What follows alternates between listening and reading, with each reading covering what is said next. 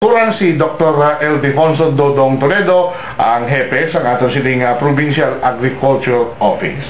So mga kabenan, kahapon sa paghiwat sang isa ka sesyon sang Sangguniang Panlalawigan, gintuyo kontane sang grupo ni Vice Governor Rolek Suplico nga magpagwa sang isa ka resolusyon partitugla sa aton nga Convention Center nga bawion sang Sangguniang Panlalawigan yadtong authority sa kay Governor Tupas nga mag-apply, mag-negotiate kag magperma sang isa ka loan agreement sa kung sino man dira nga bangko para sa pagpatindog sang Convention Center. Ti adjusta kay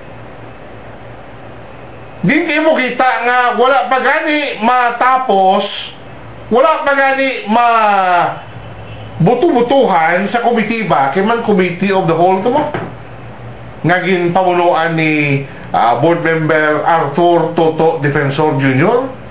Di mo kita nga wala pa na butu-butuhan sa komitiba, wala pa gani kabasa ang mga board member sa report.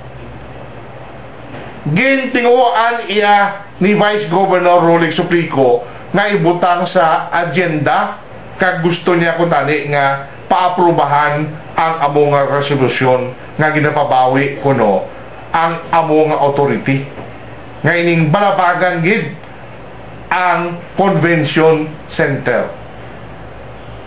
Timaayo lang kay daw nagadamo na nga mga board member ang daw nakakita nga ining opisyo ni Vice Governor Suplico daw hindi maayo.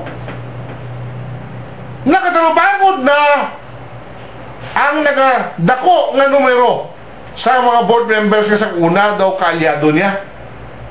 Daw nakita na nila nga sayop ini ang ginahimo sang vice gobernador.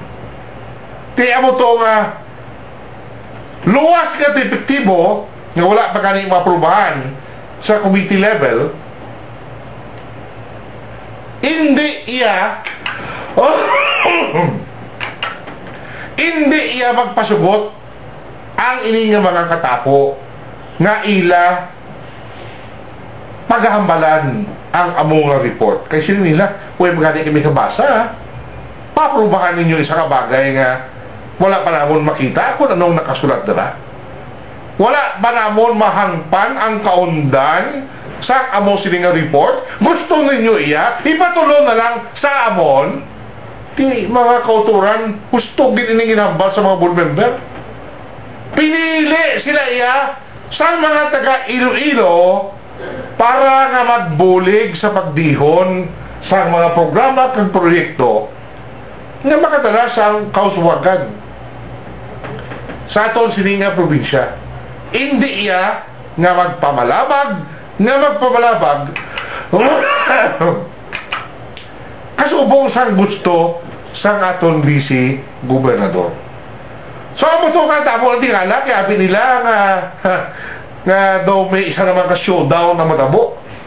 Anong natabo? Gin table lang anay, gin atras ang among hagna nga balibaran gid sang Sangguniang Panlalawigan.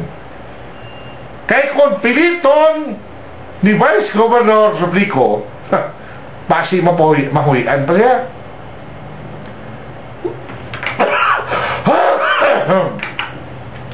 Basi mahuyan pa si Vice Governor Rolek Suplico.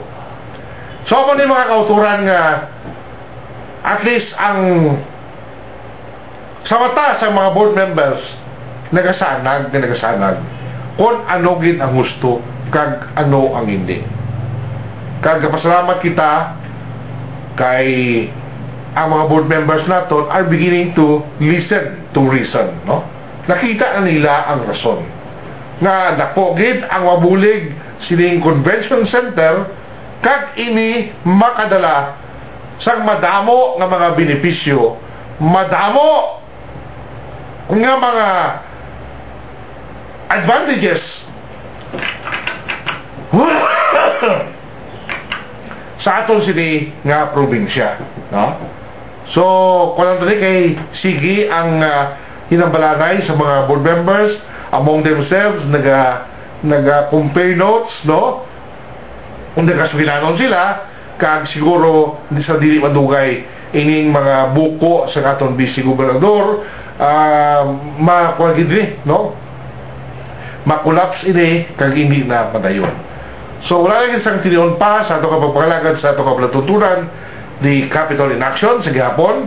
Ini inyong abyan, Manuel Boy Mejorada. Madamo nga salamat, mayang aga sa inyo tanan.